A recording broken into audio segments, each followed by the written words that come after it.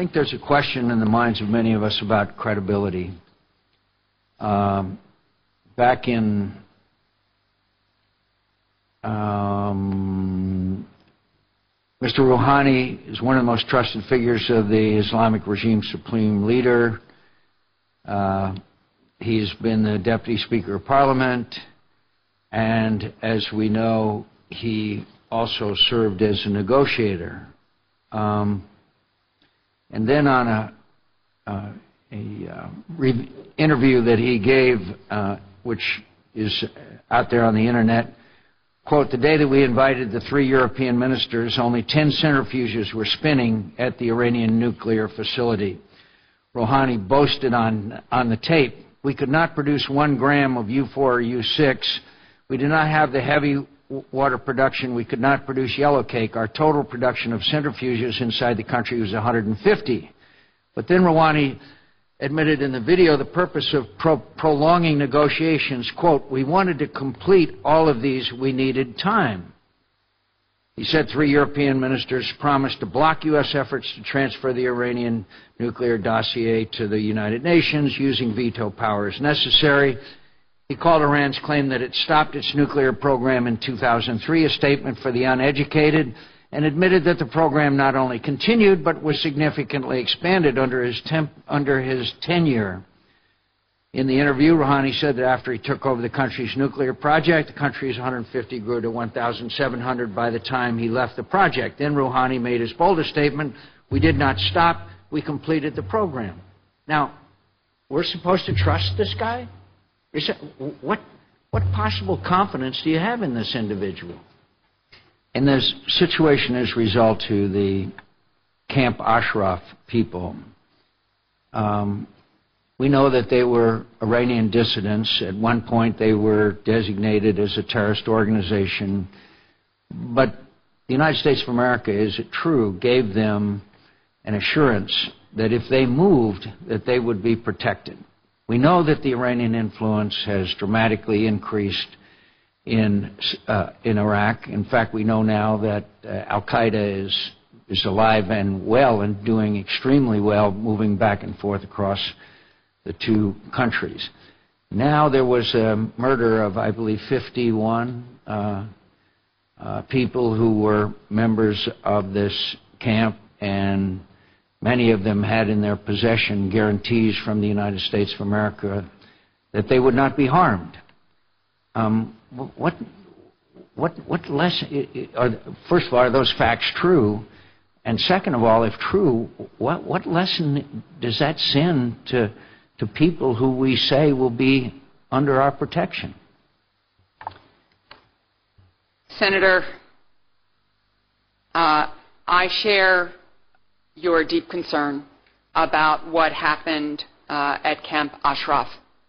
This was a vicious attack on September 1st, and many lives were lost. And the U.S. continues to press the government of Iraq at every opportunity at the most senior levels to ensure the safety and security of residents at Camp Huria, where many of the MEK were moved for better safety. We strongly and swiftly condemned the attack. We, of course, extend our condolences to the victims' families, and we are working with the government of Iraq and the United Nations Assistance Mission for Iraq, UNAMI, to peacefully and voluntarily transfer the surviving residents to safety at Camp Huria on September 12th. And we are working for the protection of the people in Camp Huria because we do not want a repeat of this.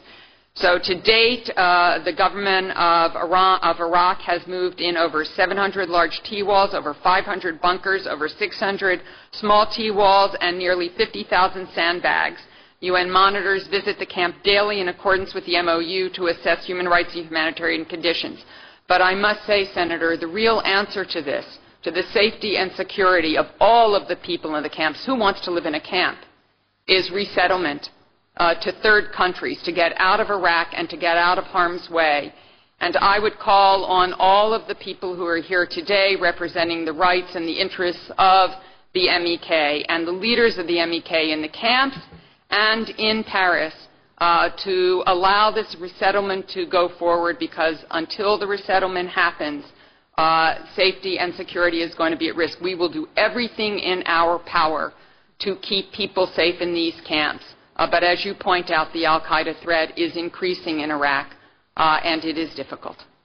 And I hope that this issue will be raised with the Iraqi government, and we in Congress may have to look at the kind of aid and how we are extending that to Iraq if this kind of thing is going to be countenanced by the Iraqi government. And I've used up all my time. I thank you for your response. Before I turn to Senator Murphy, let me echo what Senator McCain has said in this regard, and I've put out a statement in this regard. I've also talked to our department. You know, America went to the MEK and we said, disarm, and we will protect you.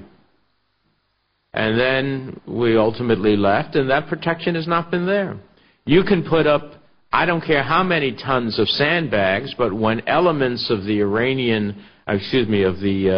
Iraqi forces actually may very well be complicit in what took place, sandbags aren't going to take care of the problem.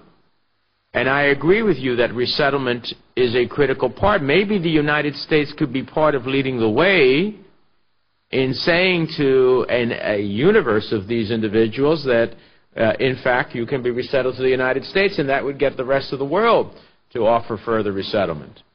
But it is unacceptable to lose one more life when American commanders gave these individuals a written guarantee towards their safety. And it sends a message to others in the world that when we say we are going to do that and we do not, that they should not trust us. And for one thing that this committee can do, since it has jurisdiction over all weapons sales, is that I doubt very much that we are going to see any approval of any weapons sales to Iraq until we get this situation in a place in which people's lives are saved. If I may, Senator, I'd also like to take the opportunity to comment on what you said about Iraq. And we quite agree, and what Senator McCain said, we quite agree that we need to do everything we can to resettle people, to get them out of harm's way, to make good on the word that we gave to the MEK. I know that there are strong feelings up here, and I understand why, about arms sales to Iraq. But I do want to put on the record that U.S. security assistance and foreign military sales in particular are tools that we use for building and shaping Iraq's defense capabilities and integrating Iraqi security forces with our security forces and regional partners. And I just want to caution that withholding security assistance may well serve to decrease our influence in Baghdad, seed relationships, and leverage to strategic competitors who will fill the vacuum and could conceivably damage our long-term interests. So I just ask that we talk very carefully as we go forward. Let me caution you about the overflights that Iraq has permitted from Iran into Syria, largely with impunity. And let me also caution that the 7 hostages, which we believe the Iraqi government knows where they are, should they die, would be complicating matters for all of that. So I hope that we've both cautioned each other. I quite agree with you on both issues.